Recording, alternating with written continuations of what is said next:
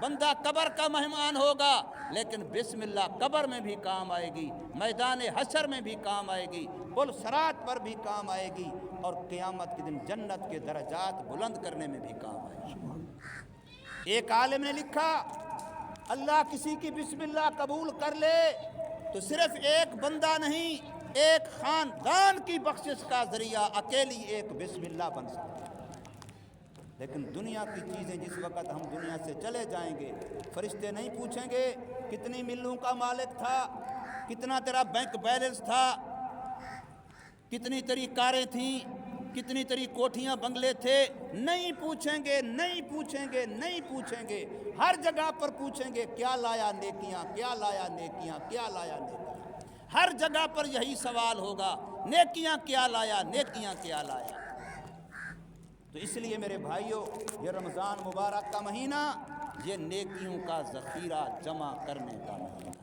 بڑا خوش قسمت ہے وہ بندہ جو اس مہینے میں نیکیوں کے جمع کرنے کے لیے حریص بن جائے، اپنا وقت لگائے، جان لگائے، مال لگائے، نیکیاں جمع کرے۔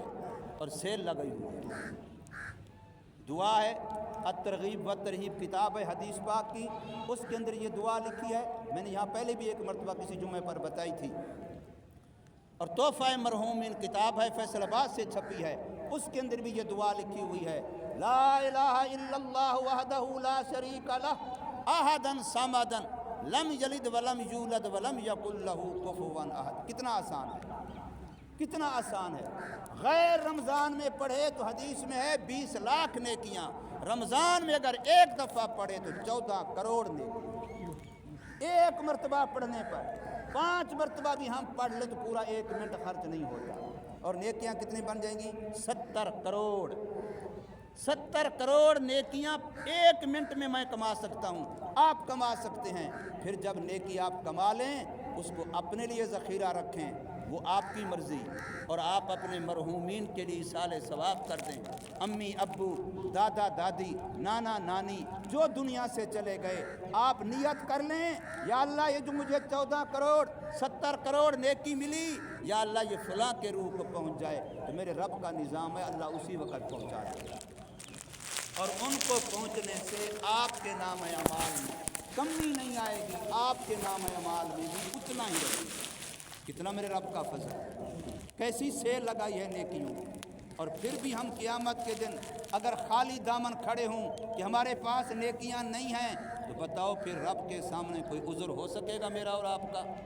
اتنا نیکیوں کی سیل، ایسی نیکیوں کا دروازہ کھلا ہو، ایک نہیں کئی دروازے رب کائنات نے کھول دیے، اور ہم پھر بھی قیامت کے دن نیکیوں سے تہی دامن کھڑے ہوں تو کس کا کیا نقصان ہے؟ میرے بھائیوں، یہ رمضان مبارک کا پہلا مہینہ، اسی رمضان میں پہلا جمعہ ہے، اس میں 3 جمعے اور آئیں گے انشاءاللہ، کم از کم 3 جمعے اور آئیں گے انشاءاللہ۔